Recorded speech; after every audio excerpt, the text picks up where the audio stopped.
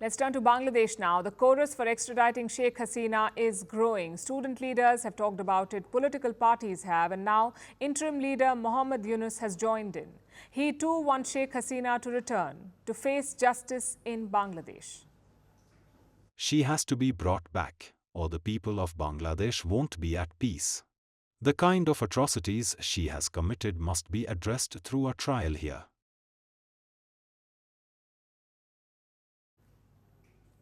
Now, this is very important. Until now, Hasina's extradition was only a public demand. It was not Dhaka's official position. But now it is. Muhammad Yunus says Bangladesh will not be at peace until Hasina returns, until she's tried in court. It's only a question of when the request is made. And this puts India in a tough position. Sheikh Hasina is yet to get asylum in another country. So if Dhaka makes this request to extradite Sheikh Hasina, India will have to take a call. Either reject, agree or delay. Until then, Yunus has some advice. He says Sheikh Hasina must stay silent as long as she is in India. Remember, Hasina had released a statement last month. She called for a protest march on the 15th of August. Yunus has called it an unfriendly gesture. He says such statements do not help India or Bangladesh. He also talked about the attack on Hindus. Yunus says the attacks are not religious. He says they are political. Most Hindus in Bangladesh supported Hasina, hence the mobs targeted them. That's what Yunus is saying, but I'm afraid that simply doesn't cut it. Muhammad Yunus was brought in to normalize the situation, to ensure law and order, not to make excuses for the radical mob. Apparently, he gave the same assessment to Prime Minister Modi, that the violence was political, not religious. That's what he said. And now he's given another piece of advice. Yunus wants India to rethink its position on Bangladesh. The narrative is that everybody is Islamist, the Bangladesh Nationalist Party is Islamist, and everyone else is Islamist and will make this country into Afghanistan. And Bangladesh is in safe hands with Sheikh Hasina at the helm only. India is captivated by this narrative. India needs to come out of this.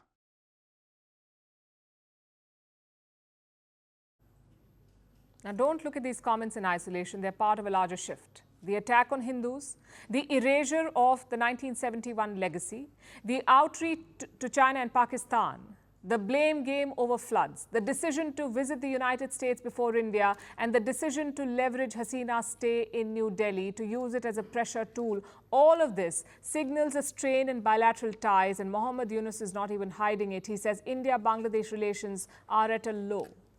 It shows at the border too. India and Bangladesh share a 4,000-kilometer border. The interim government has adopted a new border stance, a stricter one. Dhaka says Sheikh Hasina mismanaged the border, that she asked the border agency to turn their backs, basically ignore whatever the Indian side was doing. The interim regime says that won't happen anymore.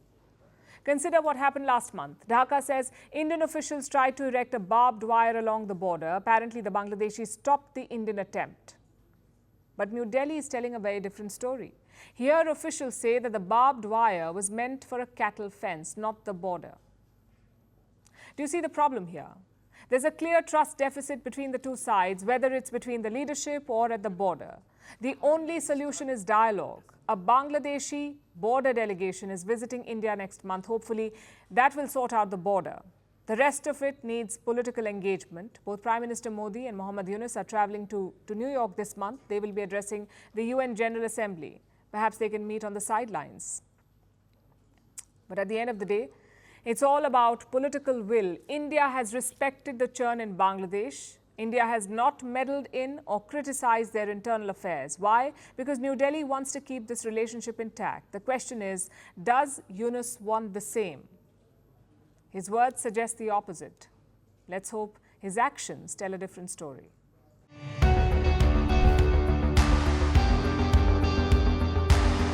Across continents, one powerful news source.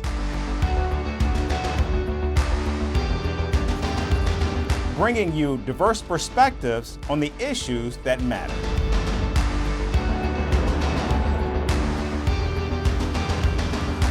We go beyond the boundaries to give you that little extra about every sporting moment.